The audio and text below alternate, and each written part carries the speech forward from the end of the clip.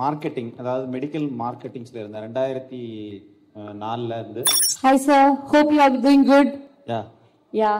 So sir, நீங்க இப்ப வந்து ஆரல் சர்ஜிக்கல் வந்து பிரான்ச்சைஸி கொடுக்குறீங்க. இத பத்தியான நிறைய பேருக்கு எப்படி இத வாங்கணும் நிறைய டவுட்ஸ் இருக்கும். சோ அத வந்து மக்கள் சார்பா நான் இந்த டவுட்ஸ் உங்ககிட்ட கேக்குறேன். சோ லைக் கிளாரிஃபை பண்ணு. Yes, yes. Yeah, sure sir. So first question, எப்படி நீங்க வந்து இந்த ஃபீல்டுக்கு வந்தீங்க? எதனால இந்த ஃபீல்ட நீங்க சூஸ் பண்ணீங்க?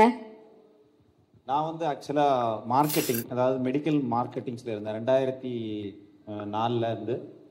ஒரு 4 to 5 இயர்ஸ் வந்து ரெப்ரஸன்டேட்டிவா இருந்தேன். டாக்டர் ரெட்டி, சிப்லா இந்த மாதிரி கம்பெனிஸ்ல இருந்தேன். அப்புறம் மேனேஜரா ப்ரமோட் ஆனேன்.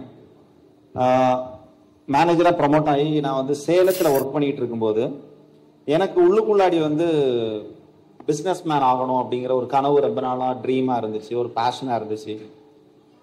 ஏன்னா நாங்கள் வந்து இப்போ மார்க்கெட்டிங் பர்சனை பொறுத்தளவில் பார்த்தீங்கன்னா நைட்டு 10 மணி ஆகும், 11 மணி ஆகும், 12 மணி கூட ஆகும் சில நேரத்தில் நம்ம வீட்டுக்கு வர்றதுக்கு.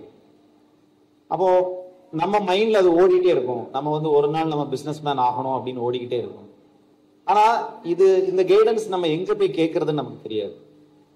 யாருக்கிட்ட நமக்கு வந்து ஹெல்ப் கேட்கறதுன்னு தெரியாது. ஏன்னா என்னோட ஃபேமிலி எங்க அப்பா வந்து கவர்மெண்ட் ஜாப்ல இருந்தாரு. ஸோ அதை கைட் பண்றதுக்கான ப்ராப்பரான வே இல்லை. அப்போ எப்படி பண்றதுன்னு எனக்குமே மைண்டுக்குள்ளாடி ஓடிக்கிட்டே இருந்துச்சு. சரி, ஏதாவது ஒரு ஆப்பர்ச்சுனிட்டி கிடைச்சிச்சுன்னா நம்ம பிஸ்னஸ் பண்ணலாம் அப்படின்னு ஓடிக்கிட்டே இருந்துச்சு.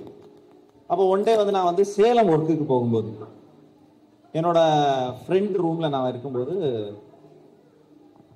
சர்ஜிக்கல் டிஸ்ட்ரிபியூட்டர், அவரு சர்ஜிக்கல் டிஸ்ட்ரிபியூட்டர் வந்து அவர் சும்மா ரூமுக்கு வந்தார். ரூமுக்கு வந்துட்டு ஒரு ஹாஸ்பிட்டல்ஸுக்கு கால்ஸுக்கு போகிறோம். போகும்போது என்னோட ஆக்டிவிட்டிஸ் பார்த்துட்டு சொன்னார், நீங்கள் பிஸ்னஸுக்கு நல்ல சூட்டபிளான பர்சன், பிஸ்னஸ் பண்ணுங்க அப்படின்னு.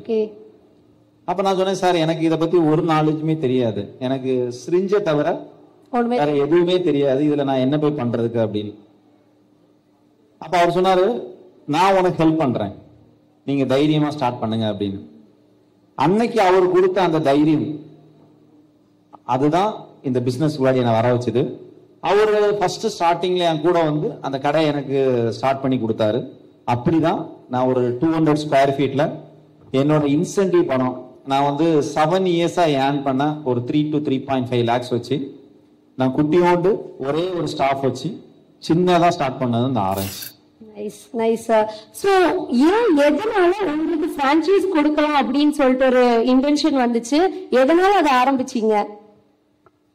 அன்னைக்கு கொடுக்கும்போது நான் ஒரு பர்சன் மீட் பண்ண பாத்தீங்களா, அவரு எனக்கு கொடுக்கும்போது ஒரு வார்த்தை சொன்னாரு, நான் இன்னைக்கு ஒரு கைப்பிடிச்சு உன்னை மேல் தூக்கி விடுறேன், நாளைக்கு ஒன்னால எத்தனை பேரோ தூக்கி விட முடியுமோ நீ அத்தனை பேரை தூக்கி விடு.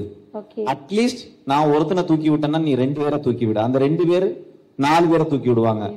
சோ நானும் இதே மாதிரி ஒரு இடத்துல ஒர்க் பண்ணிட்டு தான் இன்னைக்கு நான் வந்து இந்த சர்ஜிக்கல்ஸை தொடங்கியிருக்கேன். ஸோ ஒன்ன மாதிரி தான் நான் வந்து துருன்னு ஒர்க் பண்ணிட்டு இருந்தேன். ஸோ அவரு எனக்கு இதை ஸ்டார்ட் பண்றதுக்கு இந்த ஆப்பர்ச்சுனிட்டி கொடுத்தாரு. இதே மாதிரி உனக்கு ஒரு ஆப்பர்ச்சுனிட்டி கிடைக்கும் போது நீ பண்ணு அப்படின்னு கொடுத்தாரு.